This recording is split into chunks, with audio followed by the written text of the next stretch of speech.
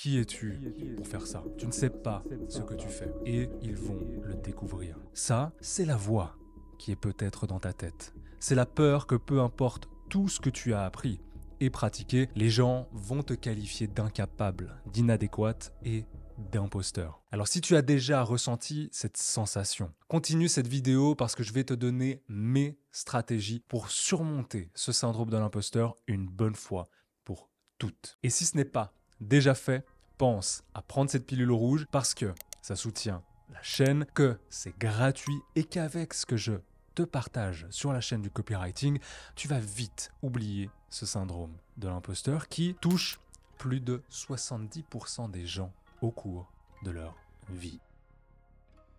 Déjà, il faut savoir identifier ce qu'est vraiment un imposteur. Parce qu'aujourd'hui, tu as peut-être la théorie du copywriting, tu connais bien les bases, même si tu n'as pas atteint le statut d'expert. Ce qui fait que tu en connais plus que ton client. Et donc, par définition, eh bien, tu n'es pas un imposteur. Mais si quelqu'un ne sait pas vraiment comment rédiger un texte de vente, qu'il a lu un livre et qu'il se dit copywriter, cette personne est un imposteur. Est-ce que tu vois la nuance? Quand tu as appris et pratiqué et commencé à affiner tes compétences, c'est là que tu as commencé tout le processus d'apprentissage et de maîtrise. Et c'est aussi là que tu as peur de ne pas en savoir assez, ou en fait de ne pas être à la hauteur. C'est juste un signe que tu sors de ta zone de confort et que tu as la pression de faire les choses correctement. Ce qui, entre nous, est déjà une bonne nouvelle. Croisant mon expérience, après 2 ans en tant que copywriter freelance, qui a atteint aujourd'hui les 10K par mois, après 5 mois maintenant, eh bien, c'est tout à fait naturel d'être nerveux quand on parle à des nouveaux clients ou des potentiels clients. Et même si le syndrome de l'imposteur n'existe pas vraiment, et qu'il est développé par ton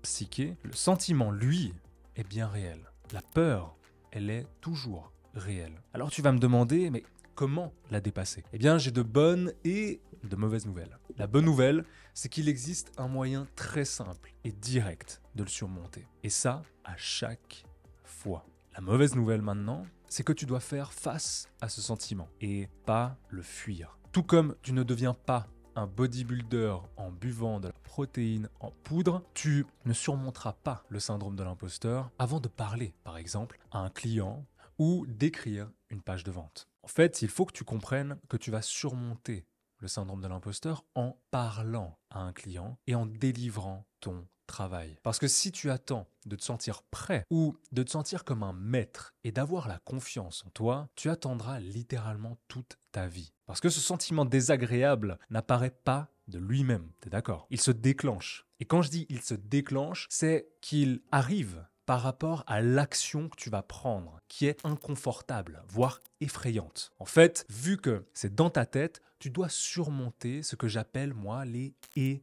si ». Tu le sais sans doute, le cerveau adore imaginer toutes sortes de scénarios qui ne se passeront certainement jamais. Et en tant que copywriter, il y en a quelques-uns qui reviennent souvent. Et je vais te dire comment réagir. Par exemple, et si un client me pose une question et je ne sais pas quoi répondre? Eh bien, je suis ravi de te l'apprendre, mais ça va t'arriver. Et qu'est-ce qui t'empêche de répondre simplement? C'est une excellente question, laisse-moi y réfléchir un petit peu et je te répondrai d'ici quelques heures. Maintenant, tu vas me dire, et si un client veut apporter des modifications au texte que je lui ai apporté? Oui, ça va arriver aussi. C'est la nature même d'un processus de collaboration, donc assure-toi juste de comprendre ses intentions à la base et t'as juste à faire tes révisions. Mais si je ne comprends pas ce que veut un client ou le changement qu'il veut faire, eh bien, dans ce cas-là, tu n'as qu'à poser des questions et discuter avec lui jusqu'à que tu comprennes parfaitement ses besoins. Et je vais te faire une confidence. Parfois, ce n'est pas toi qui n'es pas clair. C'est le client qui utilise des mauvais termes ou qui ne comprend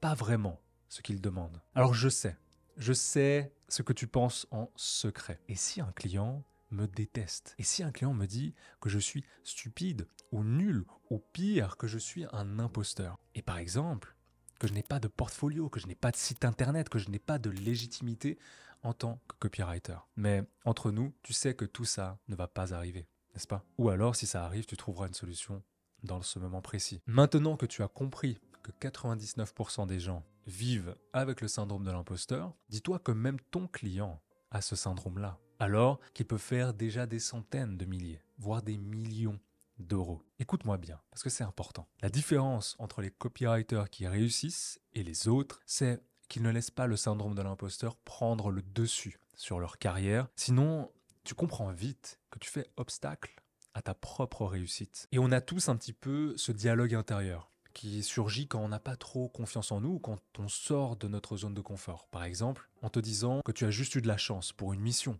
Tu n'es pas assez bon. Tu ne devrais pas obtenir le succès. Tu devrais faire même plus de formation. Tu devrais même faire payer moins cher. Et tu n'en vaux pas forcément la peine aujourd'hui. Je t'invite justement à te demander, quand tu as ce genre de pensée, si tu es vraiment un imposteur. As-tu vraiment eu de la chance? N'as-tu fourni aucun travail? Pourquoi devrais-tu en faire plus? En as-tu pas fait assez? Est-ce que tes clients sont satisfaits? Y a-t-il vraiment quelque chose d'autre que tu dois faire en ce moment? Pourquoi devrais-tu te sentir coupable d'avoir du succès? C'est ce que tu vises, le succès. Profite de ton succès.